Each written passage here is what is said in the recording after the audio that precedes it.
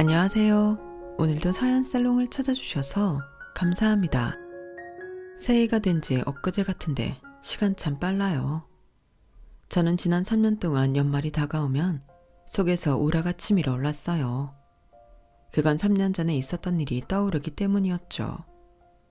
살면서 누군가를 죽이고 싶을 만큼 미워해 본 적이 없었는데 그때는 그럴 수만 있다면 그러고 싶을 정도였어요. 제가 이렇게 몹쓸 마음을 품게 만든 건 바로 제 시어머니였어요. 저희 시댁에는 다른 집과는 조금 다른 사연이 있어요. 제게는 시어머니가 두 분이거든요. 한 분은 남편을 낳아주신 친모고 다른 한 분은 남편이 성인이 된 이후 아버님 곁을 지키고 계신 분이시죠. 정확히 두 번째 시어머니는 아버님과 혼인신고를 하지 않았기 때문에 서류상 가족은 아니지만 그래도 아버님께서 그렇게 부르길 원하시기 때문에 집안에서 호칭은 어머님으로 하고 있어요. 여기서는 편의상 남편의 친모를 큰 시어머니, 아버님의 두 번째 부인을 작은 시어머니라고 할게요. 남편과 큰 시어머니는 21년간 떨어져 지냈어요. 자신의 의지가 아닌 타인의 강요에 의해 그렇게 된 거였죠. 그래서 남편은 11살 이후로 어머니 정에 굶주려 살았어요. 그걸 누구보다 잘 알기에 어떻게든 큰 시어머니와 잘 지내보려고 했지만 결국 실패하고 말았네요. 그래도 지금 생각해보면 그런 식으로라도 제 남편 곁에서 떨쳐낼 수 있어서 다행이다 싶어요. 제가 이렇게 생각할 정도로 큰 시어머니는 인간 같지 않은 분이시거든요.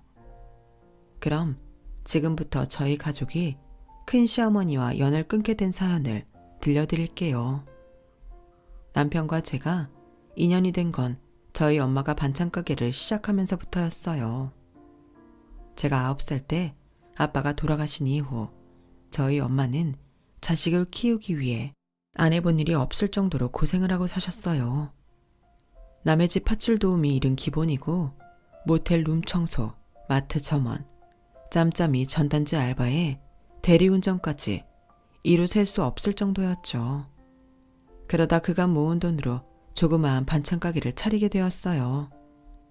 그래서 홍보를 위한 전단지를 만들게 되었고 그때 저희 엄마 가게를 담당하게 된 사람이 바로 제 남편이었죠. 당시 남편은 아버님이 하시는 광고회사에서 일을 배우고 있었는데 열의는 있지만 경험이 부족한 신참에 불과했어요.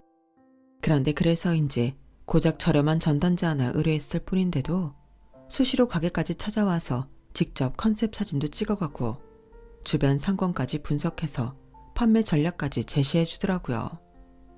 너무 과하게 일을 해주는 통에 엄마랑 저는 혹시 추가 요금을 요구하는 게 아닐까? 걱정이 될 정도였어요. 나중에 안 사실이지만 이미 그때부터 남편은 저한테 마음이 있었더라고요.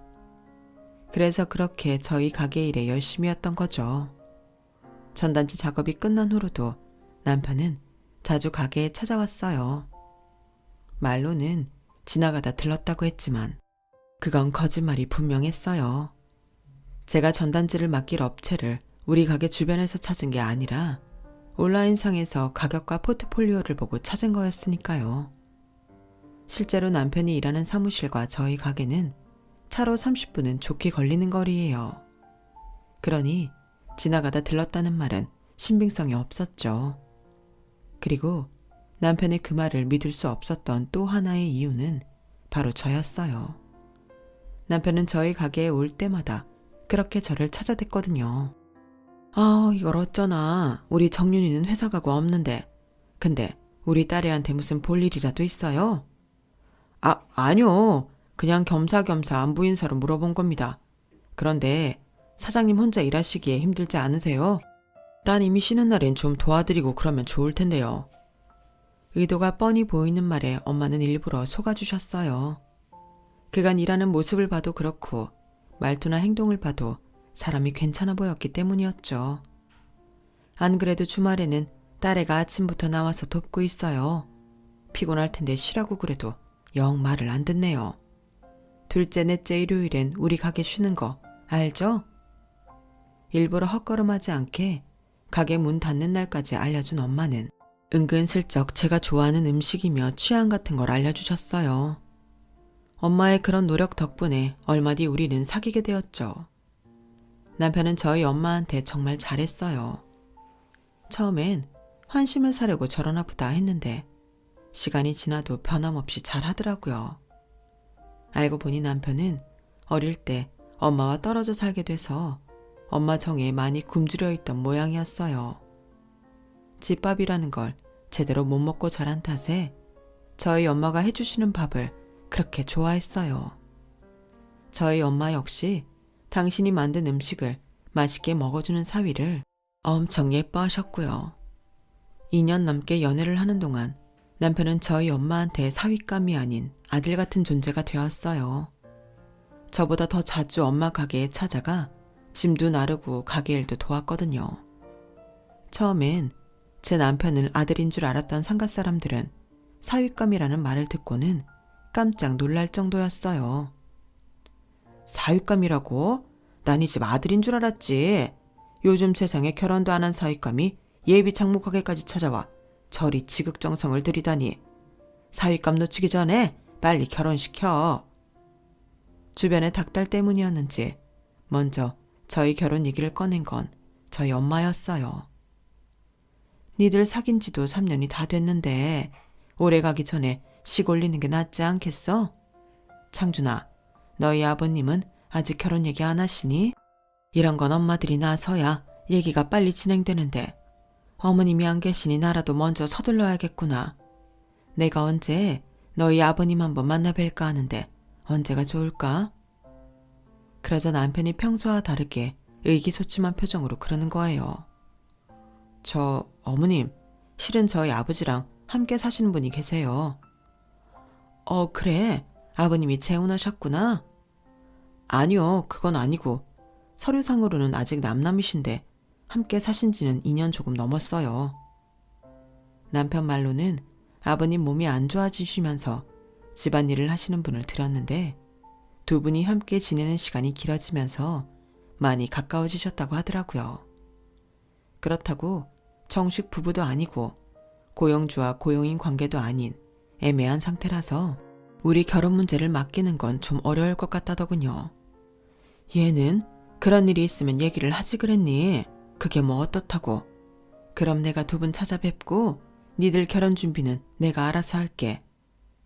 엄마는 애써 아무렇지도 않은 척 제 남편을 다독여 주셨어요.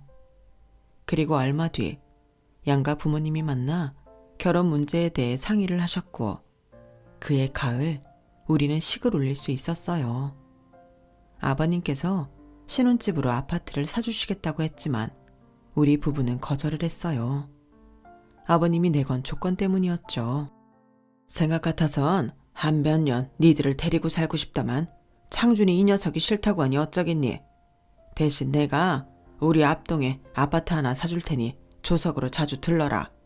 주말엔 집에 와서 아침이든 점심이든 한 끼는 꼭 같이 먹고 그래야 네 어머니하고 정도 금방 들 거 아니니? 그 말이 떨어지기가 무섭게 남편은 한숨을 쉬었어요. 아버지, 집은 저희 힘으로 알아서 할게요. 그리고 전 저 아주머니랑 정들일 생각 없어요. 아버지가 좋다고 하시니까 함께 사시는 건 간섭할 생각이 없지만 저한테까지 어머니로 받아들이란 말은 하지 마세요. 전에도 말씀드렸지만 저한테 어머니는 저를 낳아주신 분뿐이니까요. 이놈의 자식이, 너 내가 그렇게 말을 했는데도 아직 네 친모 타령이냐? 그리고 아주머니가 뭐야 아주머니가. 딴 건 몰라도 이 사람한테 함부로 구는 건 절대 용납 못한다. 세기 너도 마찬가지야. 결국 부자지간의 말다툼을 끝으로 집은 우리 돈으로 우리가 원하는 지역에 구하는 걸로 결정이 났어요. 남편은 기왕 이렇게 된 거 제 친정 근처에 집을 얻자고 하더라고요. 그래서 친정에서 5분 거리에 있는 신축 빌라로 결정하게 되었죠. 그 바람에 아버님은 결혼식을 준비하는 내내 불편한 심기를 감추지 않으셨고 저희 엄마는 많이 미안해하셨어요. 창준아, 네 마음은 내가 잘 알겠는데 그래도 이거는 아니다 싶어.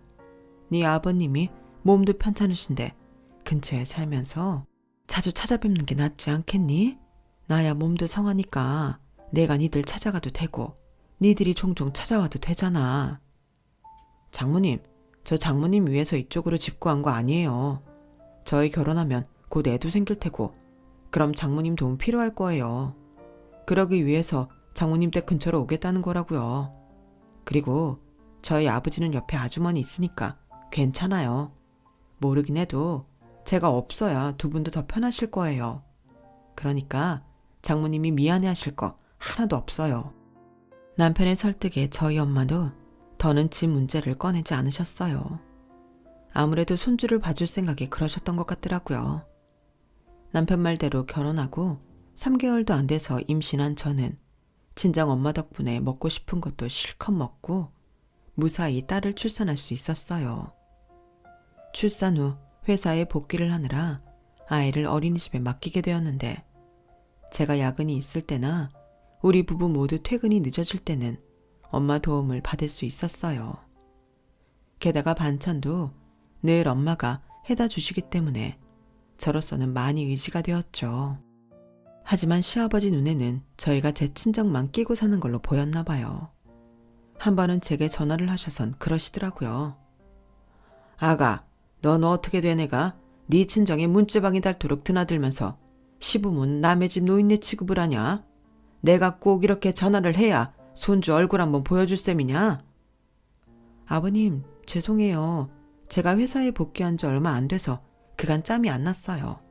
이번 주말에 그 이랑 다 같이 찾아뵐게요. 엎드려 절박해지 원. 장준이야 남자니 그렇다 치더라도 넌 명색이 며느린데 시부모를 이렇게 홀대하면 쓰겠니?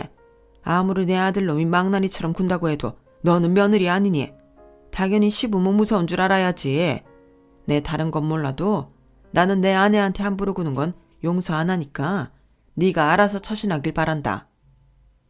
아버님은 제가 작은 시어머니한테 시어머니 대접을 안 해드리는 게 많이 서운하셨나 봐요. 제 입장에선 시부모 눈치도 봐야 하고 남편 눈치도 봐야 해서 많이 껄끄러워 그랬던 건데 말이죠. 그래서 말 나온 김에 적어도 일주일에 한 번은 아이를 데리고 시댁에 찾아갔어요. 남편은 명절이나 시아버지 생신 때가 아니면 안 가려고 해서 저랑 딸아이만 찾아뵙곤 했죠. 막 시집 왔을 땐 몰랐는데 자주 시댁에 드나들며 겪어보니 작은 시어머니가 꽤 괜찮은 분이시더라고요. 저희 아버님과는 한 고향에서 나고 자라 어릴 때부터 동네 오빠 동생으로 지내셨다고 했어요. 그러다 결혼 후 서울에 자리 잡고 살다가 우연히 길에서 아버님과 마주치게 됐다고 하더라고요. 얼마나 반가웠는지 몰라. 서울에 아는 사람 하나 없이 남편 하나 믿고 살았으니까. 그러다 하루아침에 교통사고로 남편이랑 아들을 잃고 혼자가 됐는데 살아야 될 이유가 없는 것 같더라고. 약도 먹어보고 미친년처럼 차도에도 뛰어들어가 봤는데 살 사람은 살게 돼 있는지 모진 목숨이 끊어지질 않는 거야. 그런데 하루는 오빠가 집으로 찾아왔더라고. 이러고 있지 말고 자기 일 좀 도와달라나? 지금이야 번듯한 광고회사가 됐지만 그때까지만 해도 동네 간판집이었어. 거기서 직원들 밥도 해먹이고 은행 심부름도 하고 그러다가 오빠 집에 드나들면서 창준이 밥도 해먹이고 그랬지. 그때 창준이가 중학생이었는데 그때까지만 해도 나한테 살갑게 굴었어. 엄마 정이 그리워서 더 나를 따랐는지도 몰라. 그런데 딱 거기까지더라고. 오빠가 뇌졸중으로 쓰러지고 살림을 합치게 됐는데 그때부터 날 보는 창준이 눈빛이 달라지더라고. 자기 엄마 자를 뺏으려는 나쁜 계모로 보는 거지. 내가 창준이었다고 해도 쉽게 새엄마를 받아들이기 힘들 거야. 담담하게 자신이 살아온 얘기를 들려주시는데 같은 여자로서 안 됐고 불쌍하더라고요. 그래서 남편과 가까워질 수 있도록 종종 자리를 마련해보자 싶었는데 남편이 한사코 거절을 하는 거예요. 너까지 왜 그래? 나 그 여자 절대 엄마로 인정 못해. 애초에 우리 집에 드나든 이후부터가 불순한 여자라고. 우리 아버지가 돈 좀 굴리고 산다니까 팔자 고치려고 달라붙은 거 너 모르겠니? 젊고 쌩쌩한 남자 두고 반신불수에 다 늙어빠진 남자랑 결혼하겠다는데 그 속을 어떻게 믿냐고. 생각해보면 우리 엄마가 그렇게 집을 나간 것도 다 그 여자 때문인 것 같아. 그러지 않고서야 멀쩡한 엄마가 자식까지 버리고 집을 나갈 이유가 없잖아. 제 괜한 참견 때문에 자극을 받아 그랬는지 남편은 친모를 찾기 시작했어요. 경찰서를 찾아가 유전자 등록도 하고 업체를 고용해 본격적으로 말이죠. 그렇게 시간이 흘러 저희 딸이 4살이 되던 해 드디어 남편이 친모를 찾게 된 거예요. 경찰을 통해 유전자 등록으로 찾은 건 아니고 업체를 통해 찾아낸 거였죠. 그동안 그렇게 찾을 수 없었던 건 어머님이 한국이 아닌 외국에서 살고 계셨기 때문이라고 하더군요. 오랜 시간 미국에서 사시다가 한국에 정착한 어머님은 가족도 없이 혼자 작은 오피스텔에서 살고 계셨어요. 그래서 한동안 재혼도 않고 혼자 살아오셨나 보다 했는데 그건 아니더라고요. 딸아이는 미국에서 대학을 다니고 있고 남편은 올해 몇 달 뒤에 들어올 거야.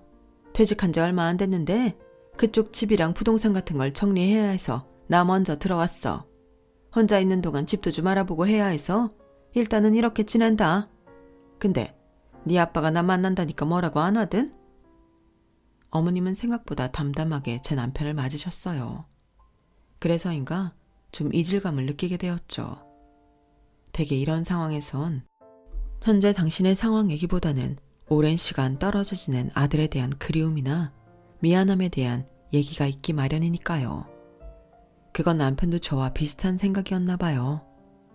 어머님을 뵙고 집으로 돌아오면서 남편이 그러더라고요. 엄마는 내가 그립지 않았나 봐. 내가 어떻게 지냈는지는 물어보지도 않으시네. 몇 년간 애타게 찾았던 엄마를 만났는데도 남편은 무척이나 외로워 보였어요. 그럼에도 떨어져 지낸 시간을 보상이라도 하듯 남편은 매일같이 어머님을 찾아갔어요. 심부름도 해드리고 부동산 중개소에도 같이 따라다니며 어머님의 한국살이에 도움을 드렸죠. 그런데도 어머님은 마치 돈 안 들이고 부릴 수 있는 비서를 대하듯 제 남편과 거리를 두셨어요. 제 눈에는 그런 모습이 참 낯설게만 느껴지더라고요. 엄마, 우리 시어머니 말이야. 좀 매정한 분이신 것 같아. 20년 넘게 헤어졌던 아들을 만났는데도 눈물은커녕 보고 싶었다는 말 한마디 안 하시는 거 있지? 마음이 없어서 그러시겠니? 자식 앞에서 미안해 그러시겠지? 글쎄, 그건 아닌 것 같은. 심지어 우리 예서를 보고도 한번 안아주시지도 않던걸. 오히려 작은 시어머니가 더 친엄마 같더라니까. 그때까지만 해도 저희 엄마는 큰 시어머니를 좋은 쪽으로 보려고 노력하셨던 것 같아요. 아무렴 자식 키우는 엄마가 자식과 생이별을 했는데도 마음에 응어리 하나 안 적겠나 하면서요. 원래 표현이 서툰 분일지 모른다며 제 남편 앞에선 절대 그런 소리 하지 말라고 하셨죠. 그래서 엄마 말대로 성격상 그런 것뿐이라고 생각하기로 했어요. 그런데 몇 달 뒤 미국에서 어머님 남편과 딸이 왔다는 소식을 듣고 찾아가 봤더니 어머님이 지금까지와는 완전 다른 표정으로 계시더라고요. 남편과 딸 앞에선 세상 둘도 없고 애교 많고 살가운 어머니로 변해 있었거든요. 그 모습을 본 남편은 애써 웃고 있었지만 눈은 슬퍼 보였어요. 특히 방학을 맞아 함께 들어온 딸을 대할 때 어머님은 저희 엄마보다도 더 딸바보처럼 보이셨어요. 제니퍼, 새로 산 핫팬츠 너무 근사하다. Awesome, really awesome. 엄마는 제니퍼가 모델인 줄 알았어. 지금까지 내가 본 모델들보다 우리 딸이 훨씬 더 매력적이야. 제 눈에는 흘러내린 뱃살과 터질 것 같은 허벅지밖엔 안 보이는데 어머님은 온갖 수식어를 동원해 칭찬하기 바빴어요. 반면에 제 남편한테는 눈길조차 주지 않더라고요. 마치 불청객을 대하듯 말이에요. 그동안 그 집을 구하느라 부동산 중개소도 수십 군데나 찾아다니며 발품을 팔았던 남편은 고맙다는 말도 못 들은 채 눈앞에서 침모해 단란한 가족들을 구경해야 했어요. 그건 마치 상처 입은 사람의 가슴에 길고 날카로운 칼을 계속해서 찌르는 것처럼 잔인해 보였어요. 그래서 식사를 마치자마자 남편을 이끌고 그 집을 나왔죠. 나 더는 못 참겠어. 아무리 당신을 낳아준 분이라지만 내 남편한테 함부로 구는 꼴 더는 못 봐. 여보, 우리 그냥 어머님이랑 연락 끊고 살자. 어머님 만날 때마다 당신 상처받는 거 나 싫단 말이야. 제 말에 남편은 아무 대답도 하지 않았지만 그 속을 제가 모르겠어요. 피 한 방울 안 섞인 저도 이렇게 화가 나는데 자식인 남편은 말해 뭐 하겠어요. 그나마 다행이라고 해야 할까요? 그날 이후 남편은 예전처럼 친모를 찾아가지 않았어요. 그런데 남편이 찾아가지 않으니까 그제서야 어머님이 먼저 연락을 하시더라고요. 그런데 연락을 한 사람이 제 남편이 아닌 저라는 게 문제였죠. 예, 너 오늘 시간 있니? 우리 제니퍼가 요즘 젊은 애들이 다니는 힙한 곳에 가보고 싶다는데 내가 뭘 알아야 말이지. 너 시간 되면 제니퍼 데리고 좀 다녀오렴. 곧 미국 돌아가야 해서 오늘밖에 시간이 안 된다는구나. 아니, 내가 집에서 놀고 있는 사람도 아니고 평일엔 직장에 주말엔 육아까지 하는 사람인데 뜬금없이 자기 딸이랑 놀아주라니 이게 말이 돼요? 그리고 엄연히 부탁을 하는 처지면 제 스케줄에 맞춰야지. 왜 자기 딸 스케줄에 나더러 맞추라는 건지 정말 어이가 없었어요. 어머님, 제가 오늘은 시간이 안 돼요. 그이가 요즘 일이 밀려서 주말에도 출근을 한 통에 제가 애를 봐야 하거든요. 예, 넌 지금 내가 너한테 부탁하는 걸로 보이니? 세상에 어떤 시어머니가 며느리한테 부탁을 하니? 명령이면 몰라도. 내가 외국에서 오래 살다 왔다고 네가 날 한국 시어머니랑 달리 말랑하게 본 모양인데 나 뼛속까지 한국 사람이야. 얘가 어디서 건방을 떨어? 잔말 말고 1시간 내로 우리 집으로 차 끌고 와. 그리고는 대답도 듣지 않은 채 전화를 끊어버렸어요. 나 참 기가 막혀서 말이 안 나오더라고요.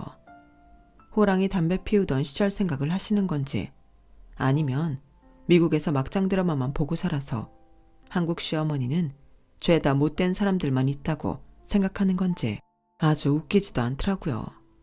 생각 같아선 쌩 까고 싶었지만 남편 생각을 하니 그럴 수는 없더라고요. 그래서 엄마한테 부탁하려고 전화를 했는데 오늘따라 가게에 손님이 많아서 그런지 통화하는 것조차 힘들더라고요. 그래서 안 되겠다 싶어 작은 시어머니한테 도움을 청했어요. 제가 딸아이를 데리고 시댁 주차장에 도착하자 어떻게 알고 작은 시어머니께서 바로 달려오시더라고요. 우리 예서 왔구나. 아휴, 오늘은 힘들었지? 예, 예서 걱정은 말고 마음 편히 볼일 보고 와. 무슨 일인지는 모르겠지만 급한 것 같아서 내가 우편함 앞에서 기다리고 있었어. 어서 해주고 가.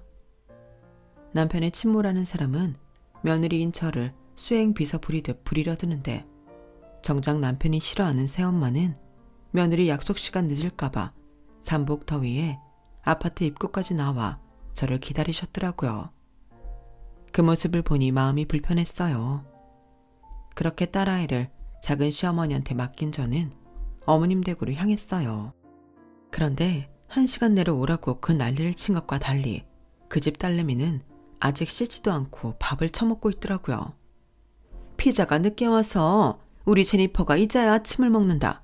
한국은 배달도 빠르다더니 그거 다 거짓말이야.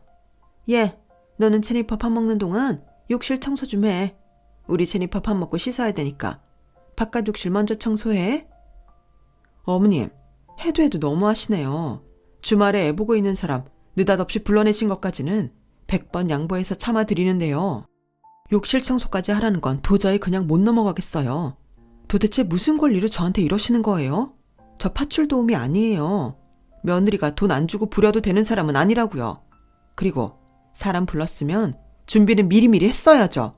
사람 세워놓고 지금 뭐 하는 짓이에요? 딸이 잘못하면 혼을 내서라도 똑바로 가르칠 생각은 안 하시고 한술 더 떠서 욕실 청소까지 시켜요? 어머님은 시어머니가 무슨 대단한 권위라도 되는 줄 아시는 모양인데 착각하지 마세요. 저도 저희 집에서는 귀한 대접받는 딸이에요. 어머님한테 함부로 부려질 사람 아니라고요. 앞으로 이런 식으로 저 부르시면 안 올 거예요. 저는 할 말을 마치곤 그 집을 빠져나왔어요. 뒤에서 시어머니가 저를 부르며 화를 내는 걸 들었지만 알게 뭐예요. 나도 성질나 죽겠는데. 그 길로 시댁으로 바로 가려다가 도저히 이 기분으로 우리 딸을 볼 수 없어서 남편 회사로 갔어요. 주말이라 사무실에는 남편 혼자 있더라고요.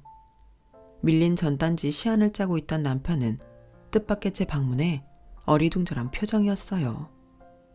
그런 남편을 보니 입이 쉽게 떨어지지 않더라고요. 하지만 언제까지 어머님한테 이렇게 휘둘릴 수만은 없어서 방금 전까지 있었던 일을 가감없이 다 털어놓았죠. 그랬더니 남편 표정이 점점 어두워지더라고요. 그래서 말인데 여보, 나 이제 어머님 앞에서 착한 며느리 노릇하는 거 그만두려고. 지금까지 당신 생각해서 참아왔는데 이러다간 죄 없는 당신한테까지 미워하는 마음이 생길 것 같거든. 그러니까 당신이 좀 이해해줬으면 좋겠어. 그러자 남편은 잠시 고개를 숙이고 생각을 하더니 제 손을 잡고 미안하다고 말했어요. 그러면서 제 결정에 따르겠다고 덧붙였죠. 그날 이후 저는 시어머니가 전화해 무슨 요구를 하든 간에 들어드리지 않았어요. 너는 지져라. 나는 내 할 일이나 하련다. 이런 마인드로 상대를 했더니 시어머니도 더는 제게 전화를 하지 않더라고요. 그래서 이렇게 잘 길이 들어가나 보다 했는데 그 사단이 난 거예요. 지난 3년간 겨울만 되면 제 속을 사정없이 긁어대던 바로 그 사건이요. 시작은 친정엄마의 전화 한 통에서 비롯됐어요. 딸, 내일 엄마가 예서 봐줄까? 상가 수도공사가 있어서 내일 하루 종일 단술하네? 떡 본 김에 제사 지낸다고 내일 하루 쉬려고. 오랜만에 정서방이랑 둘이 데이트나 하지 그래? 정말? 그럼 나야 좋지. 안 그래도 예서 태어나고 그이랑 둘이 데이트한 적 없는데. 그럼 내일 아침에 예서 데리고 집으로 갈게. 6시까지는 돌아올 거야. 그럴 거 뭐 있니? 엄마가 니네 집으로 갈게. 그리고 모처럼 데이트인데 늦게까지 놀다 와. 나야 예서 재우고 옆에서 한숨 자도 되니까. 그렇게 해서 모처럼 남편과 저는 단둘이 데이트를 하게 되었어요. 다른 사람도 아니고 친정엄마가 애를 봐주시는 거라 그런가 마음도 놓이고 괜히 들뜨더라고요. 그렇게 우리 부부는 모처럼의 휴가를 알차게 쓰기 위해 발바닥에 땀이 나도록 뛰어다녔어요. 영화도 보고 맛집도 찾아가고 요즘 핫하다는 성수동 카페거리도 갔어요. 그리고는 제가 좋아하는 작가 전시회도 다녀왔죠. 어찌나 빨빨거리고 다녔는지 6시쯤 되자 둘 다 녹초가 된 거예요. 그래서 저녁은 낙원동에 들러 아구찜이나 해물찜을 포장해 가려고 엄마한테 전화를 걸었어요. 그런데 엄마가 안 받고 예서가 받지 뭐예요? 예서야, 외할머니 옆에 계시지? 할머니 좀 바꿔줘. 그랬더니 딸애가 할머니가 옆에 없다는 거예요. 그런데 전화기 너머로 카랑카랑한 시어머니 목소리가 들리지 뭐예요? 사돈, 아직 음식 준비도 못 끝내면 어떡해요? 좀 있으면 사람들 들이닥칠 텐데 어쩜 이렇게 굼떠? 그거 빨리 끝내고 밭에 음식 담아서 테이블 위에 올려놔요. 며느리가 누굴 닮아서 느려 터졌나 했더니 친정엄마를 닮아 그랬구만. 에휴, 하여간에 사사건건 마음에 안 들어. 그 말을 듣는데 순간 피가 거꾸로 솟는 것 같았어요. 그래서 전화를 끊고 남편한테 시어머니 집으로 가자고 말했죠. 시어머니가 사는 아파트로 가는 차 안에서 저를 통해 상황을 전해들은 남편은 미리부터 속단하지 말고 직접 가서 상황을 보자고 하더군요. 하지만 이미 제 머릿속에는 우리 엄마가 처해 있는 상황이 너무나도 선명하게 그려졌어요. 도대체 그 인간이 어떻게 우리 엄마를 불러내 그 집에 데려갔을까? 그게 궁금할 뿐이었어요. 시어머니 댁에 도착한 우리 부부는 아파트 입구에서 벨을 눌렀어요. 그러자 겨울방학이라 한국에 들어와 있던 그 집 딸이 인터폰으로 누구냐고 묻더군요. 인터폰 액정에 우리 부부 얼굴이 뻔히 찍힐 텐데도 여우 같은 게 모른 척을 하더라고요. 지난 여름에 제가 화 좀 냈다고 심통을 부리는 게 뻔했죠. 그래서 시어머니 계시냐고 했더니 아파트 단지 내에 있는 경로당에 송년회를 하러 갔다는 거예요. 그래서 그럼 내 친정엄마랑 예서는 어디 있냐고 물었더니 귀찮아. 우리 마음이 불렀으면 마음이랑 같이 있겠죠. 그만 좀 묻고 가세요. 나 바빠. 그리곤 인터폰을 꺼버렸어요. 그 엄마의 그 딸이라고 어쩜 그렇게 지 엄마를 닮아서 싸가지가 없는 건지. 아무튼 저랑 남편은 아파트 입구에 있는 경비실에 들러 경로당 위치를 물었어요. 그랬더니 거기선 오늘 아파트 노인회에서 송년회를 하기 때문에 노인회 회원이 아니면 못 들어간다고 하더라고요. 그래서 동호수를 대고 시어머니 만나러 왔다고 했더니 그러는 거예요. 아, 미국에서 오신 노인회 신입 회장님 자녀분이시구나. 근데 그 집엔 대학생 딸만 하나 있다고 하던데 그 집 아들이 맞아요? 맞다고 했더니 자꾸 의심스러운 눈초리로 쳐다보더라고요.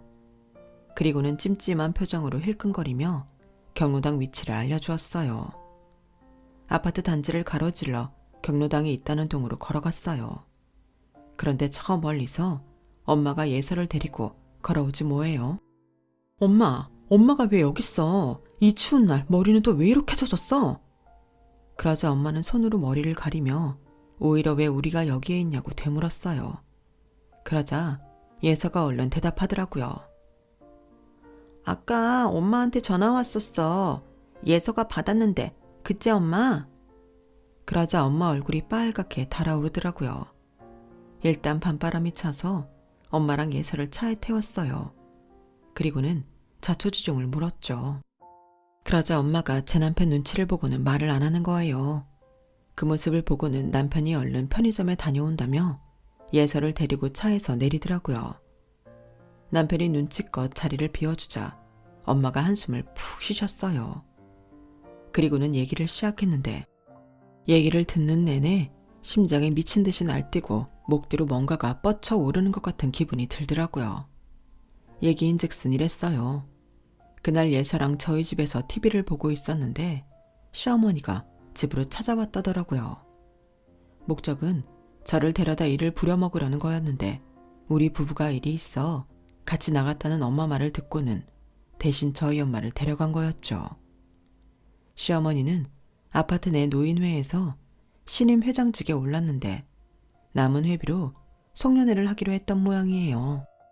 회원들은 다들 근처에 잘하는 음식점에 가서 식사하고 노래방에 가는 걸 원했지만 시어머니가 독단적으로 경로당 내에서 캐터링 서비스를 불러 홈파티 형식으로 하자고 한 거죠. 자기가 미국에 살면서 파티를 하도 많이 주최해봐서 파티 여는 데는 도사라고 하면서요. 그런데 그렇게 자신만만하게 소리쳤으면 당신이 알아서 할 일이지. 그걸 저한테 떠넘기려다가 뜻대로 안 되니까 저희 엄마를 데려가서 일을 시켰던 거예요. 반찬 가게를 할 정도로 음식 솜씨가 좋은 엄마지만 평생 듣도 보도 못한 종류의 파티 음식을 해내라고 하니 잘할 수가 있나요? 내가 참 이 나이 먹고 그런 욕을 다 듣다니. 글쎄 네 시어머니가 나보고 멍청이라더라. 내가 아무리 대학은 못 나왔다지만 그래도 고등학교 때 공부는 제법 했잖니. 근데 네 시어머니가 내가 못 알아듣는 줄 알고 영어로 스투피드라고 욕을 하는 거야. 그뿐인 줄 아니? 말끝마다 뻑이니 뭐니 욕을 해대는데 내가 정말 네 시어머니 자리만 아니었으면 그 자리에서 머리채 잡았다. 점심밥도 안 먹이고 반나절을 내일 일을 시켜놓곤 수고했다는 말도 없이 택시비 10,000원 주면서 가보라더라. 그래, 그깟 돈 상관없어. 근데 글쎄 사람들 앞에서 나보고 창피하다고 사돈이란 소리 절대 하지 말라지 뭐야. 그러면서 사람들 앞에서 나를 파출도움이라고 소개하는 거 있지. 예서 앞이라 내가 꾹 참았다만 정말 억장이 무너지더라. 그 말을 하면서 엄마는 끝내 눈물을 흘리셨어요. 그 모습을 보니 제 속에선 피눈물이 흘러내렸죠. 잠시 뒤 남편과 예서가 차로 돌아왔길래 남편을 데리고 경로당으로 향했어요. 거기까지 가는 동안 저한테 자초지종을 전해들은 남편은 한숨을 쉬며 손바닥으로 마른 세수를 해댔죠. 자기가 들어도 기가 차서 말이 안 나오는 상황이었으니까요. 경로당에 가보니 다른 사람들은 다들 평상복을 입고 있는데 시어머니랑 그 남편만 드레스에 연미복까지 차려입고 한껏 잘난 척을 하고 있더라고요. 꼴에 노인네 회장이랍시고 되도 않는 영단어 몇 개 섞어가며 혓바닥을 굴리는 시어머니를 회원들은 인상을 찌푸리고 쳐다보고 있었어요. 그러다 한 분이 손을 번쩍 들고는 따지듯 묻더라고요. 신임 회장님한테 묻겠습니다. 우리 회비가 꽤 남은 걸로 아는데 설마 이 정도 음식 차리는데 그 돈이 다 들어간 건 아니죠? 그리고 말이 났으니 말인데 우리가 애들도 아니고 죄다 쿠키니 비스켓, 초콜릿에 케이크 쪼가리 뿐이니 이걸 누구 먹으라고 준비한 겁니까? 여긴 유치원 송년회 자리가 아니라 노인회 송년회 자리라고요. 그러자 시어머니가 표정을 굳히며 말했어요. 아, 촌스럽게 왜 이러시나 몰라. 언제까지 한국 사람들은 송년회라고 삼겹살에 소주나 마셔대며 놀 겁니까? 그거 너무 촌스럽지 않아요? 내가 미국에서 오래 살아서 그런지 몰라도 난 그렇게 연말 파리를 하는 건 저질이라고 생각해요. 우리 좀 글로벌하게 세계화에 맞는 방식으로 놀 수 없어요? 그리고 쿠키랑 케이크가 어때서요? 저거 전부 오가닉 재료로 만든 거라서 재료비는 좀 비싸도 건강에도 얼마나 좋은지 몰라요. 내가 오가닉 재료의 비건 제품으로 준비하느라 코스트코에 몇 번을 왔다 갔는지 몰라. 거기 회원권 없이는 못 들어가는 거 아시죠? 내 회원권까지 써가며 좋은 재료 사다 날라서 만들었더니 고맙다는 말은 못할 망정 돈 다 썼다고 타박이나 하고 사람이 그러면 못 써요. 벌 받아요. 우아한 손동작까지 해가며 시어머니는 되려 질문을 한 분한테 면박을 주고 있었어요. 하지만 그분도 만만치 않은 분이더라고요. 거참, 그래요. 그쪽이 미국에서 얼마나 오래 살다 왔는지는 모르겠지만 로마에 가면 로마법을 따르라고 했어요. 그쪽 부부가 한국에 살러 왔으면 한국식으로 송년회 준비를 하는 게 도리 아닐까요? 애초에 회원 대다수가 음식 잘하는 식당에서 저녁 먹자는 제안을 했음에도 회장 독단으로 여기서 파티를 연 거 아닙니까? 그럼 최소한 회원들 식성은 따라줬어야죠. 근데 이게 뭡니까? 이딴 거에 200에 가까운 돈이 들었다는 걸 우리 보고 믿으란 겁니까? 코스트코요? 아이고, 이 보세요. 누구는 거기 회원권 없는 줄 아십니까? 여기 계신 분들 대부분이 거기 회원권 가지고 계세요. 거기가 뭐 대단한 곳이라고 유세를 떨어요. 고작해야 창고형 대형 마트일 뿐인데 안 그래요? 뭐 기왕 말 나온 김에 그럼 영수증 좀 봅시다.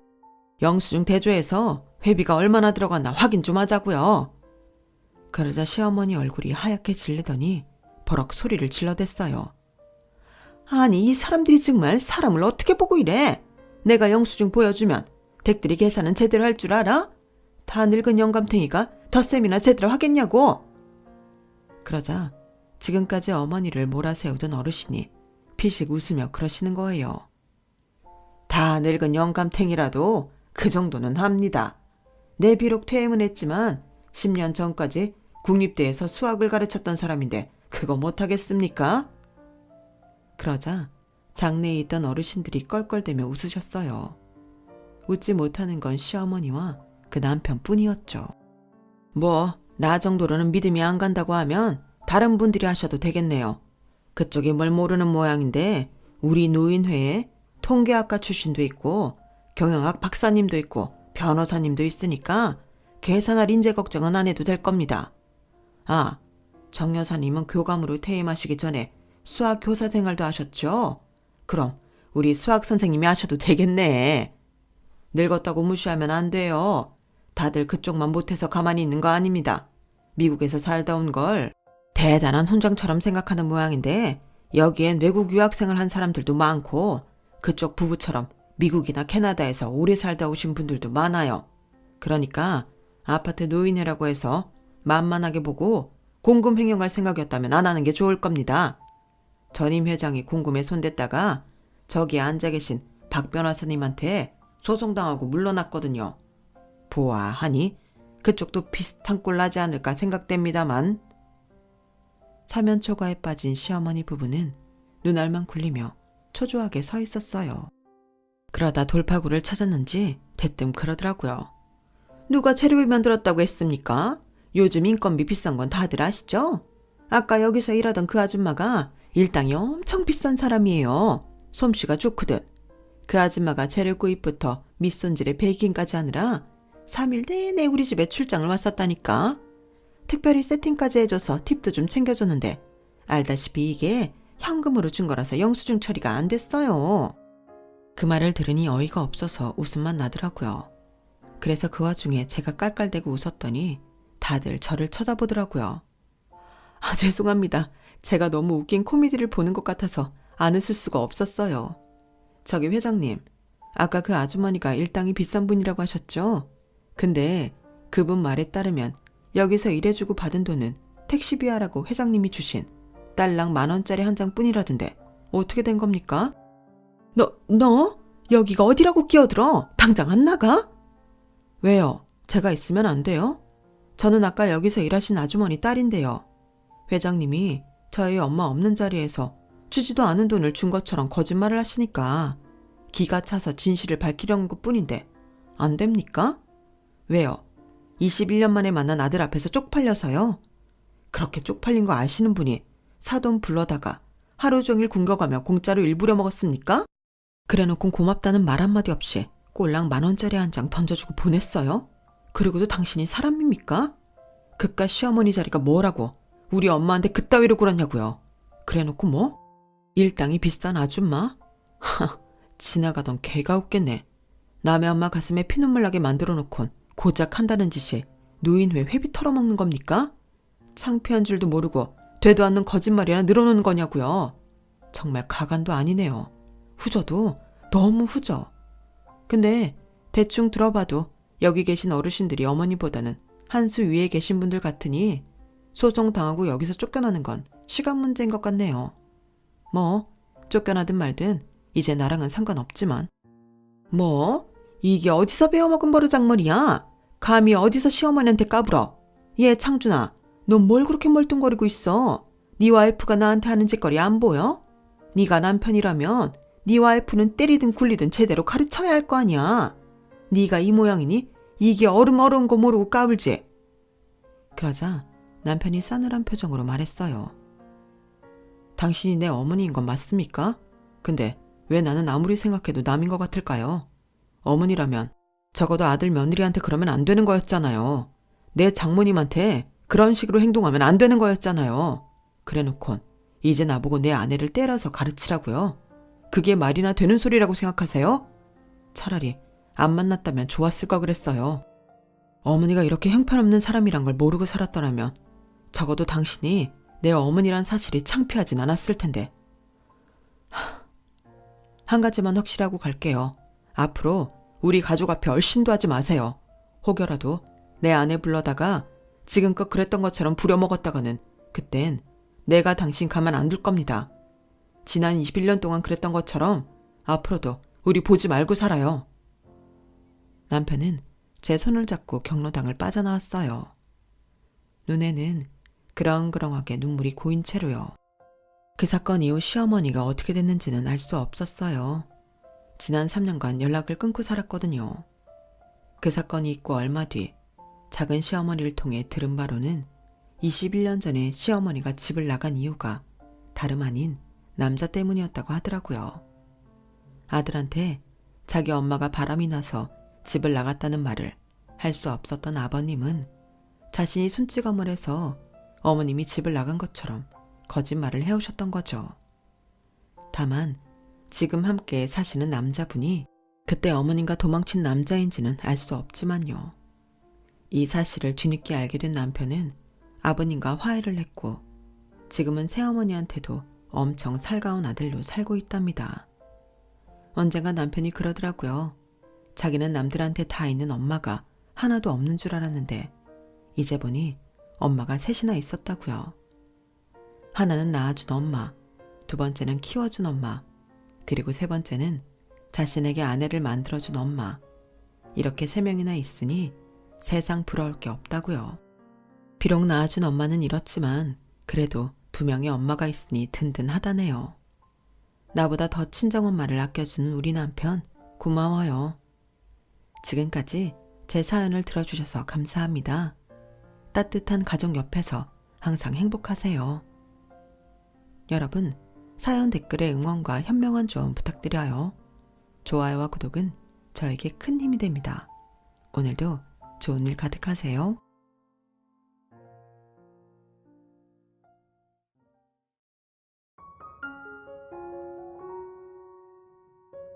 안녕하세요. 오늘도 사연 살롱을 찾아주셔서 감사합니다. 저는 경기도에 사는 30대 후반의 여성이에요. 결혼한 지 8년 됐고 예쁜 딸과 남편과 함께 오순도순 살고 있는데요. 저의 결혼 생활이 순탄했던 것만은 아니에요. 가장 큰 이유는 남편도 자식도 아닌 바로 시어머니와 아주버님이었어요. 그런데 몇 달 전에 그동안 저를 위주로 저희 집을 힘들게 한 두 사람에게 철퇴가 내려진 일이 있었거든요. 바로 시고모님께서 시어머니와 아주버님의 만행에 종지부를 찍어주셨어요. 시아버지는 남편이 중학생 때 돌아가셨고 시댁에서 가장 힘센 분이 바로 시고모님이거든요. 경제적 능력이 별로 없는 시어머니를 지금까지 받아준 게 시고모님이어서 시어머니가 꼼짝을 못하는 사람이에요. 아주버님도 시고모님을 어려워하고요. 그것도 다 시고모님이 작지만 건물 하나 갖고 계시니 그렇게 설설 기는 게 보이기는 해요. 아무튼 어떤 일이 있었는지 지금부터 제 사연을 들려드릴게요. 저와 남편은 지인의 소개로 만나게 되었어요. 남편과 지인이 같은 회사에 다녔기에 제가 지인과 만나는 걸 우연치 않게 본 남편이 저를 소개시켜 달라고 했다는군요. 제가 다니던 회사가 남편 회사와 지하철로 한 정거장 거리라서 주중에도 만나기 편했다는 것도 저희 사이가 좁혀지는 데에 한 몫을 한 것 같아요. 저희 회사가 남편 회사보다 규모도 컸고 저는 대학 졸업하자마자 사회생활을 시작했기 때문에 직급이나 월급은 제가 좀 더 많은 편이었어요. 하지만 남편은 재테크를 꽤 잘하는 편이고 주식 투자도 조금씩 수익을 내는 사람이었고요. 절대 욕심부리지 않고 자기가 할 수 있는 선에서 묵직하게 움직이는 게 남편의 장점이었어요. 저는 그런 남편을 신뢰해서 같이 결혼까지 하게 됐죠. 결혼하고 처음 2년은 전세를 살았는데 그 다음에 이사를 할 건지 전세 연장을 할 건지 결정할 시기가 됐어요. 그때 남편이 이렇게 말했어요. 우리 지금 아예 집을 사자. 나중에 아이 생길 것까지 고려해서 지금 대출받아 집 마련하면 그게 더 나을 것 같아. 사람이 사는 데가 안정적이어야 되는데 계속 전세 신경 쓰면 스트레스 받을 것 같아. 차라리 둘 다 일 열심히 할 수 있을 때 바짝 대출받아서 집 사고 갚으면 나중에 좀 편해지지 않을까? 나도 그 생각 안 해본 건 아니야. 자기가 그런 마음이면 같이 집 알아보자. 어느 정도 선인지 감이 잡히면 대출받아 할 수 있을지 보이겠지. 그렇게 해서 저희는 집을 보러 다녔고 지금 저희가 사는 이 아파트가 평수도 그렇고 저희가 감당할 만한 곳이라 판단했어요. 남편과 저는 대출을 받을 수 있는 만큼 받았고 집을 약간 리모델링해서 지금의 집으로 이사를 하게 됐고요. 이사하고 첫날 남편은 제 손을 잡으며 아주 뿌듯해했어요. 우리가 양쪽 집에 손 안 벌리고 이렇게 집 마련했다는 게 꿈 같지 않아? 물론 아직 은행들 지분이 훨씬 많지만 그래도 우리 마음대로 꾸밀 수 있고 못질도 할 수 있는 집이 생겼다니 진짜 신기하다. 나도 그래. 우리 엄마 아빠 집이 아닌 우리 공동명의 집이잖아. 내가 진짜 어른이 된 것 같고 감개무량하다. 우리 열심히 일해서 돈 갚자. 그리고 나면 진짜 좋은 날 올 것 같아. 그래.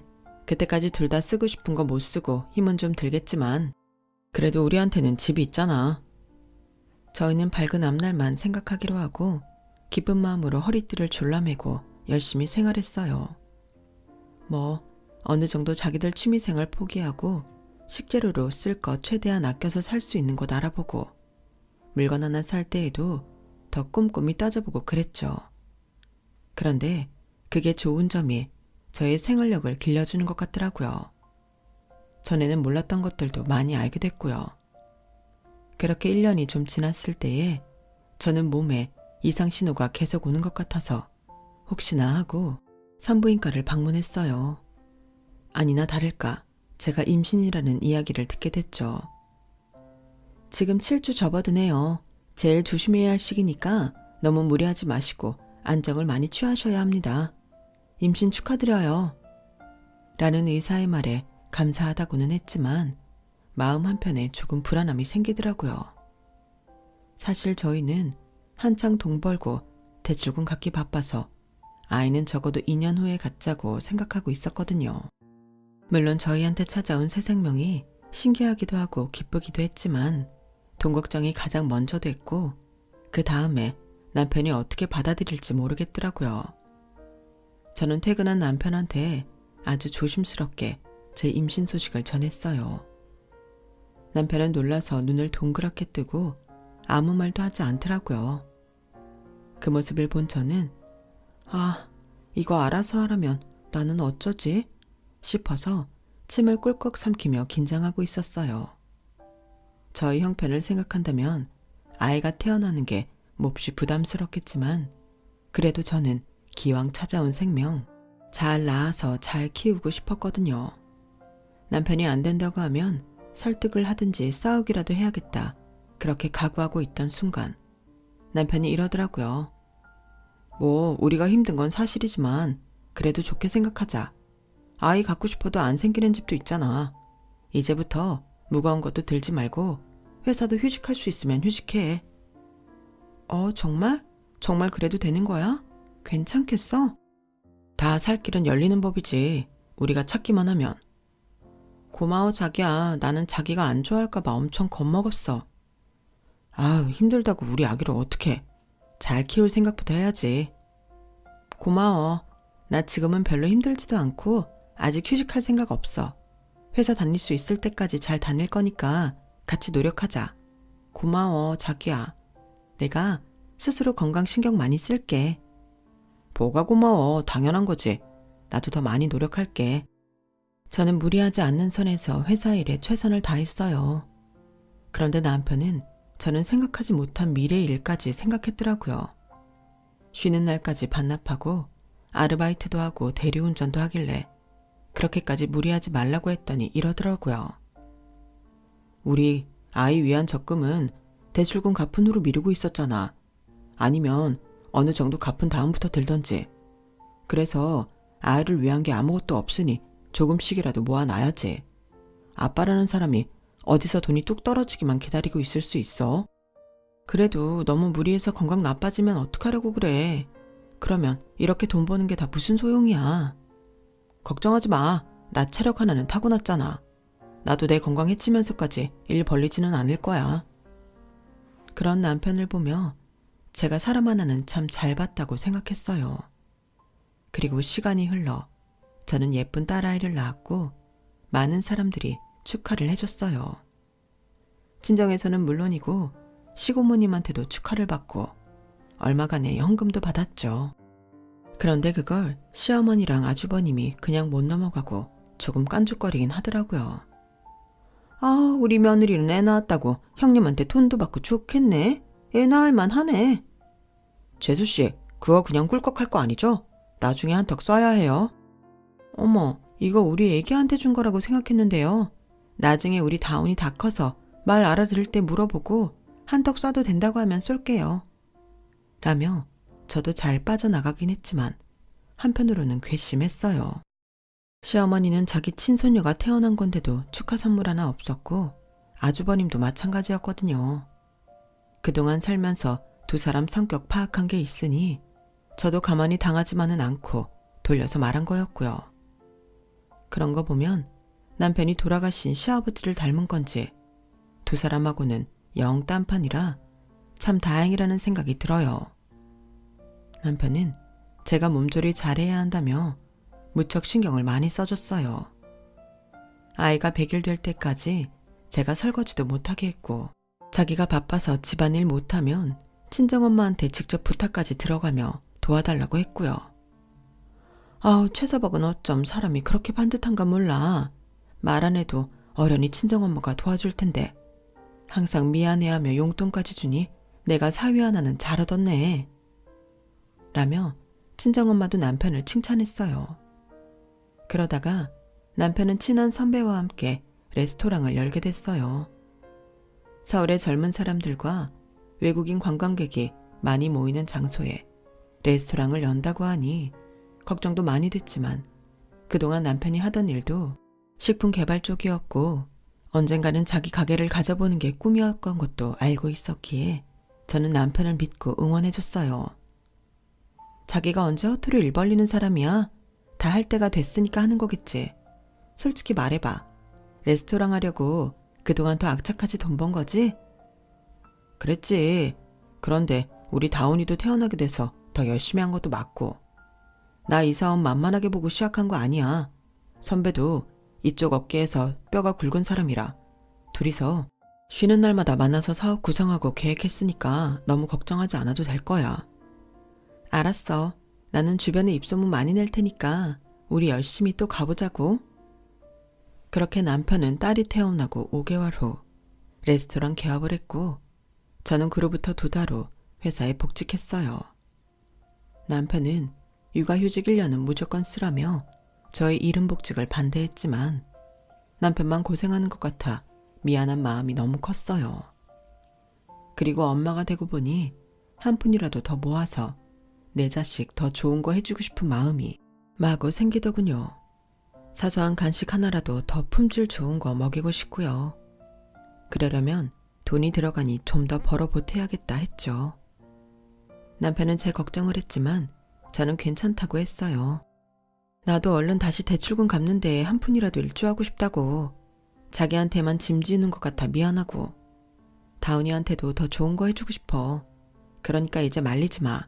말려도 나가서 일할 거야. 알았지? 알았어. 나도 얼른 자리 잡아서 정한이가 걱정 안 하고 집에 있을 수 있게 했으면 좋겠다. 요새 여유 있어도 다 맞벌이 하고 그래. 미안해하지 마. 저희가 계속 함께 해올 수 있었던 가장 큰 이유는 이렇게 서로의 힘듦을 이해했던 거라고 생각해요. 물론 중간중간 시어머니나 아주버님이 자기들 용돈 달라고 태클을 걸 때에는 짜증났지만 그것도 남편이 중간에서 선을 잘 그어줬거든요. 아무튼 저는 복직해서 다시 열심히 일을 했고 친정엄마는 딸아이를 봐주며 저희를 응원해 주셨어요. 야근을 하거나 출장을 가서 일에 치일 때는 너무 힘들고 어쩔 때는 다 때려치우고 싶기도 했지만 그럴 때마다 저를 잡아주는 건 딸아이였어요. 그리고 항상 저희를 위해 성실하게 애쓰는 남편하고요. 저희 부부는 정말 열심히 살았고 그 덕분에 5년 만에 대출금 대부분을 갚았고 그 사이 남편의 레스토랑도 맛집으로 인정받아 예약이 많아졌어요. 코로나 때 힘든 시기도 있었지만 그때 남편과 남편 선배는 레스토랑의 메인 메뉴들을 밀키트로 만들어서 온라인 판매를 했고 그게 생각보다 잘 돼서 오히려 지금은 손님을 끌고 온 원동력이 됐죠. 막연하게 시작하지 않았다는 남편 말은 사실이었어요. 철저한 준비와 성실함으로 남편은 잘 자리를 잡아갔죠. 그리고 얼마 후 우리 부부는 마지막 대출금을 갚게 됐어요. 그날의 후련함은 정말 잊지 못할 거예요. 저희는 남편 레스토랑에서 와인잔을 부딪히며 서로의 노고를 축하해 주었어요. 딸아이하고는 맛있는 주스로 건배를 했고요. 그동안 뒤에서 묵묵히 저희를 응원해 주시고 도와주신 친정 부모님과 시고모님한테도 작지만 선물도 해드렸어요. 얄밉기는 해도 시어머니와 아주버님께도 한우 사드리며 챙겼고요. 친정 부모님은 저희 보고 애썼다며 눈시울을 붉히시고 딸아이 선물이며 저희 부부 커플 지갑을 사주시며 더 많이 돌려주셨고 시고모님도 딸아이 이름으로 금일봉을 주셨어요. 그런데 여기서 정말 기가 막힌 일이 벌어지고 마는데요. 바로 시어머니와 아주버님이 저와 남편 속을 뒤집어 놓은 거였어요. 저희가 빚 다 갚았다고 두 사람에게 선물을 한 건 그저 인사치레였지 저희가 돈 벌고 바쁘게 살 동안 단 한 번도 도와준 적이 없는 사람들이었어요. 그런데 그 선물을 보낸 후에 주말에 시어머니와 아주버님은 저와 딸아이만 있는 집을 방문하더니 다짜고짜 이러더군요. 예, 이제 니네 한숨 돌렸으니 우리 상원이 가게 좀 차려줘야겠다. 네? 무슨 가게요? 저희가 아주버님 가게 차려줘야 한다고요? 그럼 상원이가 얘 말고 또 있니? 재원이 가게 2호점 내도 될 만큼 충분히 잘 되고 있잖아. 그거 상원이가 하면 딱 좋지 않겠어? 형제가 사이좋게 본점 2호점 나눠서 하면 남들 보기에도 좀 좋아? 엄마, 본점이라고 하지 마. 명색이 내가 형인데 내가 본점 가져도 모자랄 판이잖아. 근데 재원이 자식 지가게는 동업하는 거니 줄 것 같지 않고. 그러니까 1호점 2호점 이렇게 불러. 그럴까 우리 아들? 그게 좋겠네. 큰아들이라면 꿈뻑 죽는 시어머니는 그런 기가 막힌 말에 좋다고 맞장구를 치며 하하호호 했어요. 저는 어이가 없었지만 차근차근 말을 해나갔죠. 어머니, 레스토랑이 잘 되는 건 분명하지만 그 사람한테서 다른 가게 낸다는 말은 들어본 적 없어요. 그리고 저 이제 막 빚 다 갚아서 한숨 돌리는 거라 2호점을 낼 여윳돈은 없고요. 또 이건 전적으로 그 사람 일이라 저한테 말씀하셔도 별 소용이 없어요. 아니 그러니까 너희가 다시 대출 받아서 2호점 내고 또 갚아나가면 되는 거 아니냐? 한 번 갚았는데 2번 못 갚니? 그리고 남편은 원래 마누라 말 듣게 돼 있는 거야. 네가 이런 말도 못 해주면서 마누라라고 할 수 있니? 우리 상원이가 능력은 출중한데 솔직히 회사가 어디고 상원이 받쳐줄 만한 데를 찾지 못해서 이러고 있잖니. 근데 재원이 레스토랑에서 전에 몇 달 일한 게 제일 자기한테 잘 맞는다잖아. 그러니 이제 너희가 형을 도와줘야 하지 않겠어? 자기한테 맞는 일을 찾았잖아. 어머니, 그리고 아주버님, 진심이세요? 아주버님 그때 저희 레스토랑 일 안 맞는다고 일하는 도중에 나가버리셨잖아요. 일터에서 한 사람이 그렇게 돌발 행동하면 얼마나 지장이 큰데요. 그랬는데 이제 와서 그 일이 잘 맞는다뇨. 재수씨, 그 자리에 있었어요? 지금 재원이 그 자식 말만 듣고 이러는데 그거 아니라고요. 재원이 자식이 내가 지 형인데 나한테 얼마나 이래라 저래라 했는데요. 그러면 제가 자존심이 상해요, 안 상해요? 사람 기분 나쁘게 해놓고서 나한테만 뭐라 그러면 안 되죠. 그건 상원이 말이 맞다. 얘가 지금 그 일이 잘 맞는다는데 왜 예전에 화나서 생긴 일을 끄집어내는 거야? 네가 시집와서 한 게 뭐 있어? 이럴 때 같이 잘 살 수 있게 네 아주버님 도와주면 얼마나 좋아. 근데 그 말 한마디를 못하겠다고 이러는 거냐? 그때 그 일뿐 아니고 저 결혼하고 얼마 안 돼서 어머니가 아주버님 직장 알아봐달라고 하셔서 제가 취직까지 시켜드렸잖아요. 근데 일 못하면 물어보면서라도 따라가야 되는데 그것조차 안 하고 모르는 일 시켰다며 화내고 박차고 나오셨잖아요. 그런 일이 한두 번이 아니잖아요. 그리고 전에 시고모님한테 돈 받아서 카페도 열었잖아요. 그건 또 어땠는데요? 그거 반년 만에 닫았어요. 손님이 하도 없어서요. 계속 적자만 보다가 결국 닫고서는 이제 와서 규모가 더 큰 레스토랑 2호점은 무작정 내달라고 하니 제가 좋게 생각이 되겠어요? 제가 시집와서 아주버님 안 도왔다고요? 아주버님, 제가 아주버님 그때 이후로도 2번이나 더 취직시켜드렸잖아요. 그것도 다 트러블만 일으키고 나와서 저 한 군데에는 얼굴도 못 들고 다녀요. 저보고 뭐라고 하지 마시고요. 정 레스토랑 하고 싶으면 남편한테 직접 말씀하세요. 저는 얘기 못해요. 남편이라고 저와 뭐 다르겠어요? 당연히 안 된다고 했죠. 그럼에도 시어머니와 아주버님은 시도 때도 없이 저희를 찾아오고 전화하고 문자를 하며 레스토랑 2호점을 내놓으라고 아예 생떼를 썼어요. 사실 전에 카페를 차린 것도 시고모님한테 한 달에 얼마씩 갚을 거라고 해놓고는 지금까지 단 한 푼도 갚지 않고 있는 아주버님인데 저희한테라고 다르겠어요. 저희 부부는 아무것도 신용할 수 없는 사람 때문에 대출을 받고 그걸 갚느라 다시 힘들고 빠듯한 생활을 하고 싶지는 않았어요. 사실 그 일 때문에 시어머니와 아주버님은 시고모님 앞에서 말도 제대로 못하고 생활비 끊길까봐 전전긍긍하고 있는 형편이었어요. 그러니 이제는 저희더러 가게를 하나 내놓으라고 하는 거죠. 그동안은 저희가 대출금 갚는다고 정신 없었으니 말하고 싶어도 돈 넣을 구멍이 없으니까 말을 못한 게 아닌가 싶더라고요. 저와 남편이 안 된다고 분명하게 말을 했음에도 시어머니와 아주버님은 끈질기게 물고 늘어졌어요. 저한테는 회사까지 찾아와서 졸라댔고요. 재수씨, 그냥 안 된다고만 하지 말고 왜 그러는지 확실한 이유를 대요. 무작정 재원이 따라서 반대만 하는 거잖아요. 재수씨는 재수씨 생각 없어요? 재원이 하라는 대로 끌려다니지 말고 자기 의견을 확실히 가져야죠. 이래가지고 회사에서 일은 어떻게 해요? 눈치 보고 윗사람한테만 잘 보이면서 다니나? 제 회사 생활까지 아실 필요는 없고요. 저번에 말씀드렸는데 그 얘기 또 해드려요. 듣고 싶지 않을 것 같은데요. 아주버님, 레스토랑 일이 잘 맞을 것 같으면 그때 재원 씨가 뭐라고 했어도 버텼어야 맞아요. 그뿐인가요? 제가 소개시켜드린 회사들에서도 얼마 못 다니고 나가버리고 심지어 손해까지 끼쳤잖아요. 재원 씨가 소개했던 음식점에서도 내가 누군 줄 아냐고 큰소리만 치다가 잘렸다면서요. 그런 데에서 누구한테 소개받고 들어오고 그게 뭐가 중요해요? 일하는 사람들은 일 잘하냐 못하냐가 중요하죠. 그런데 아주버님 가시는 데마다 일은 안 하면서 내가 누구누구 소개로 온 사람이다. 이런 것만 내세우다가 누가 뭐라고 하면 일이 어떻게 되든 말든 책임감 없이 나오셨는데 그런 사람을 뭘 믿고 2호점을 차려주겠어요. 돈이 없어서 하지도 못하지만 돈이 있다 해도 아주버님한테는 안 돼요.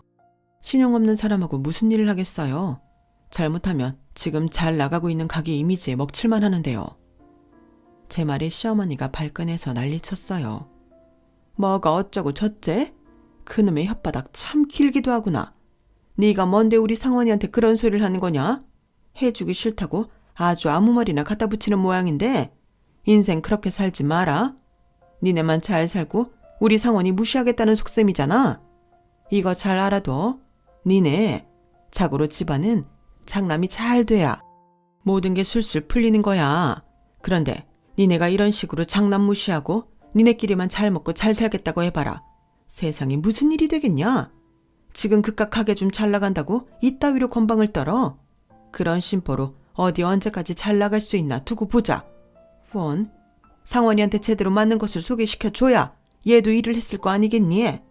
지가 어디서 허접한 데만 소개해줘 놓고 다 상원이 잘못이라고 덤탱이를 씌워? 이런 싸가지 없는 걸 봤나?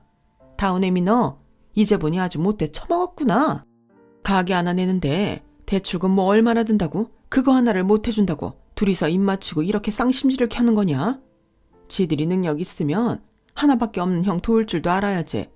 몇 년 대출도 갚았으면서 지들 형 일에는 못한다고 하는 게 말이 돼? 시어머니와 아주버님은 이렇게 말도 안 되는 소리를 해대며 제 신경을 긁었고 저는 너무 열이 받아서 남편한테 전화로 한마디 했어요. 아니, 어머님이랑 아주버님 해도 너무하는 거 아니야? 어떻게 회사까지 찾아와서 그동안 내가 아주버님한테 맞지 않는 데만 소개시켜줬다는 둥, 나더러 싸가지 없고 못돼 처먹었다는 둥 그런 말을 할 수 있어. 그 말을 들은 남편도 화가 났는지 전화를 끊어보라고 하더니 바로 아주버님한테 전화를 한 모양이었어요. 퇴근하고 집에 갔더니 10분도 안 돼서 아주버님하고 시어머니가 득달같이 들어와서 거실에 자리를 잡더라고요. 저는 바로 딸아이를 데리러 가야 했지만 어쩔 수 없이 친정엄마한테 SOS를 쳐서 잠시 데리고 있어달라 부탁했어요. 그리고 남편한테 지금 집에 시어머니랑 아주버님이 와 있다고 문자를 보냈죠. 두 사람은 눈에 불을 켜고 저를 금방이라도 잡아먹을 것 같았어요. 재수씨도 참 입도 싸고 인격이라고는 눈꼽만큼도 없는 사람이네요. 아니, 우리가 회사 찾아간 것까지 재원이한테 일러 바쳐요? 무슨 초딩이에요? 그런 것까지 쪼르르 다 바로 말하게. 그런 건 말하면서 왜 나 2호점 내주라는 말은 그렇게 못하는데? 그냥 대출 받아서 차려줘요. 그러면 깔끔하잖아. 그게 이 집에서 어려운 일도 아니고 그럼 우리 다 각자 편하게 살 수 있는데 왜 이렇게 고집을 부리지? 우리 다 누가 편하게 살아요. 아주버님하고 어머니나 편하지. 그 돈은 누가 갚고 거기서 나갈 손실은 누가 책임지는데요. 아주버님, 제가 진심으로 말씀드리는데요. 아주버님은 가게 하나를 맡을 깜냥 안 돼요. 레스토랑 운영하는 게 그렇게 쉬운 일인 줄 아세요? 아주버님 몇 평 안 되는 동네 작은 카페 하나도 감당 못해서 문 닫고 손해만 보고 보증금도 못 건졌잖아요. 레스토랑은 주방의 홀 매니저에 그 외 직원들까지 사람들 신경 쓸 것부터 해서 음식 맛에 재료들 질까지 일일이 다 체크해야 되는 일이라고요. 그걸 아주버님이 어떻게 할 수 있겠어요? 여태까지 조금만 힘들면 다 그만두고 다 내 책임 아니라며 발뺌할 사람이 할 수 있는 일 아니에요. 그러니까 정신 차리세요. 전에 카페 때문에라도 시고모님 눈치만 보면서 어떻게 저희한테 레스토랑 내달라는 말을 할 수 있어요? 그러자 아주버님은 흥분해서 얼굴이 뻘개져 자리에서 일어났어요. 야, 너 말 다 했어? 네가 감히 나한테 그따위 말을 해? 뚫린 입이라고 윗사람한테 아무 말이나 해도 되는 줄 알아? 시어머니는 아예 저를 뒤로 확 밀쳐 넘어뜨렸어요. 이게 진짜 보자 하니까? 야, 네가 마음보를 그따위로 쓰니까 일이 되는 게 없지. 재원이가 괜히 지영한테 아무것도 안 해주겠어? 네가 다 뒤에서 조종했지? 그렇지? 이 못된 것을 봤나? 하더니 저를 붙잡고 너 죽고 나 죽자며 제 멱살을 잡았다가 머리끄댕이를 잡았다가 난리도 아니었어요. 아주버님은 자기한테 감히 할 소리 못할 소리 했다며 방방 뛰고 있었고요. 제가 더는 참지 못해서 막 시어머니를 밀쳐버리려고 할 때 갑자기 현관문 열리는 소리가 들렸어요. 그러더니 시고모니 목소리가 울려 퍼졌죠. 그만두지 못해? 니들이 제정신이냐? 그 말에 시어머니도 아주버님도 순식간에 조용해졌어요. 두 사람은 얼음이라도 된 듯 그대로 멈춰버렸고 화가 잔뜩 난 시고모니가 남편을 보고는 어쩔 줄 몰라 하더군요. 정확히 말하자면 시고모님 때문이었어요. 시어머니는 자리에서 벌떡 일어나 어떻게든 수습해보려고 남편과 저를 탓하는 말을 했어요. 아니, 재원이 너는 왜 고모를 여기까지 모시고 온 거야?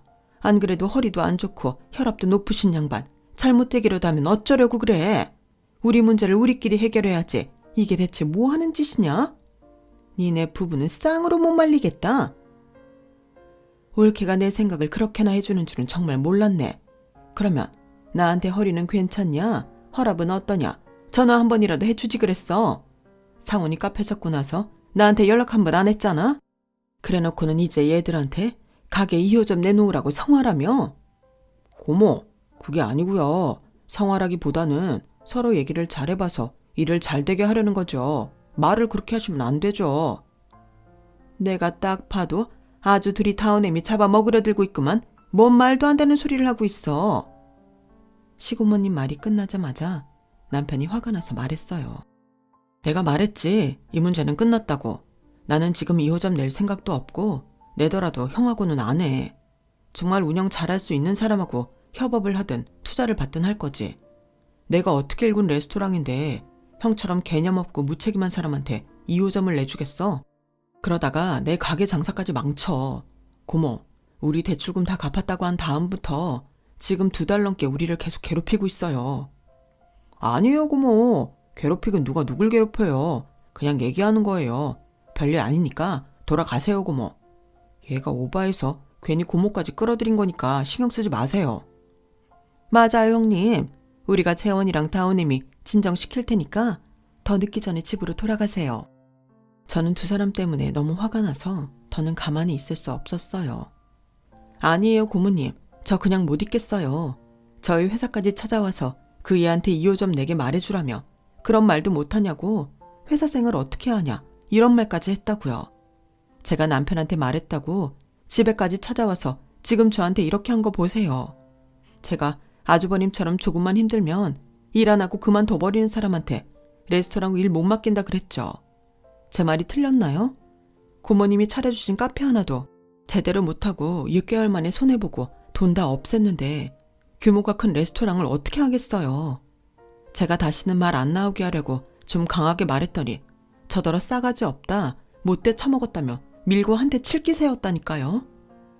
한 대 치다니 얘. 그건 네가 지금 오버하는 거야. 내가 뭘 치니? 내가 살짝 좀 밀었더니 네가 혼자 넘어간 거잖아. 듣기 싫다. 올케는 그게 며느리한테 할 소리야?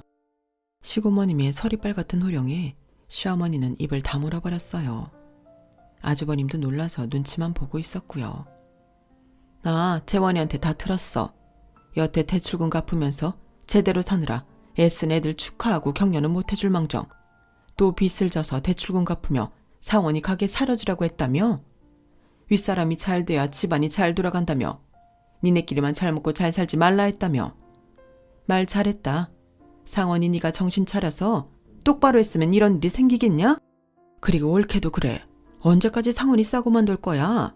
올케가 무조건 장남 위주인 건 잘 알겠는데 그래서 지금 상원이가 제대로 됐는지 한번 보라고? 아니 형님, 그 말씀은 좀 심하시네요. 우리 상원이가 어디가 어떻다고 그렇게 함부로? 뭐가 어쩌고 저째? 정말 상원이가 제대로 사람 노릇하는 것처럼 보여?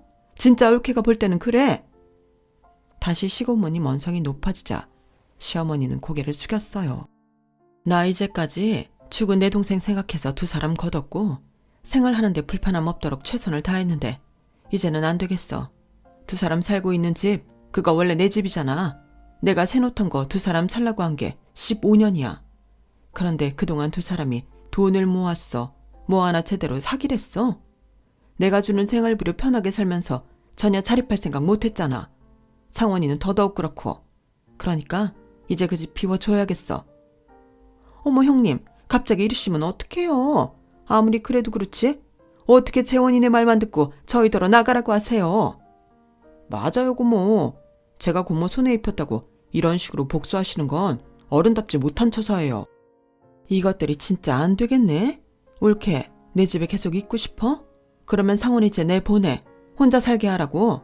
어디 가서 접시를 닦든 배달을 하든지 알아서 살라고 해. 안 그러면 나 집주인 권리 행사에서 그동안 돈 한 푼 안 내고 살았다고 두 사람 내쫓을 거니까 그렇게 알라고. 내 당장 사람들 불러서 니들 짐 다 빼라고 할까? 시고모님이 핸드폰을 꺼내 들고 어딘가 전화를 하려고 하자 시어머니가 붙잡고 매달렸어요. 아 형님, 우리 말로 해요. 일단 앉아서 차분하게. 올케, 이거 놔. 안 그러면 나 올케 짐도 다 빼버리라고 할 거니까. 시어머니는 시고모님이 무서워 얼른 손을 놓았고 시고모님은 정말 어딘가에 전화를 해서 시어머니 집에서 아주버님 짐을 빼라고 했어요. 그제야 아주버님은 하얗게 질려서 저희 앞에 무릎을 꿇었어요. 내가 잘못했어요 고모. 이제 여기 와서 2호 좀 내달라고 하지 않을게. 내가 지금 당장 어딜 가겠어요 고모.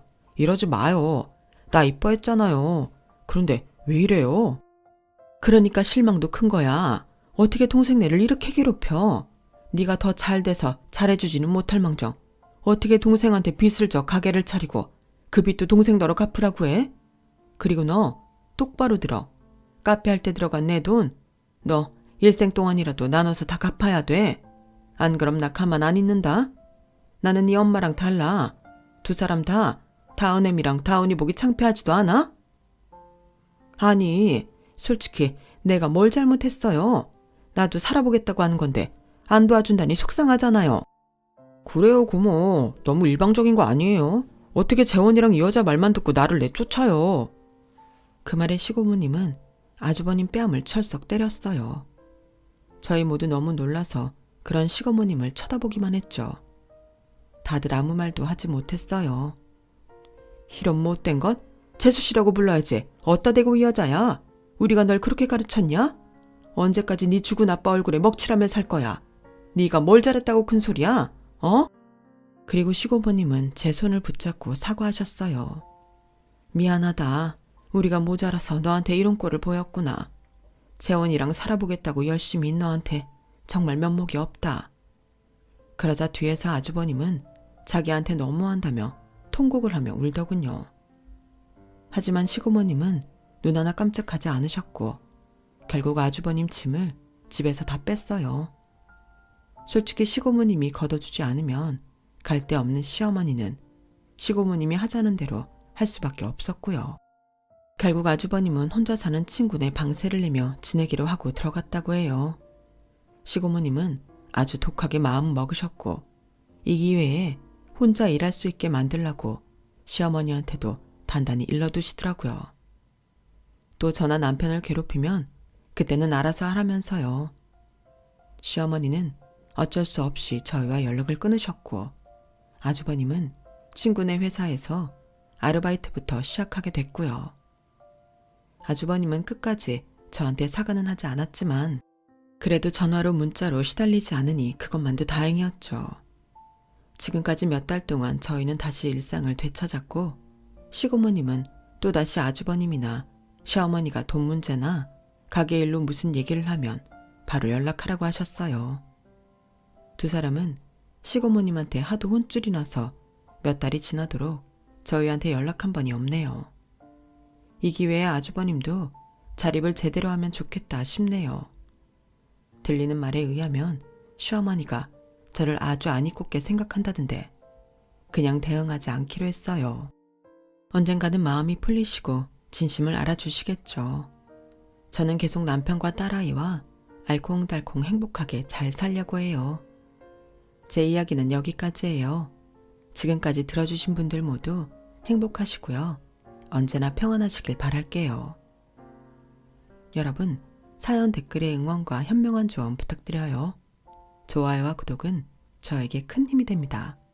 오늘도 좋은 일 가득하세요.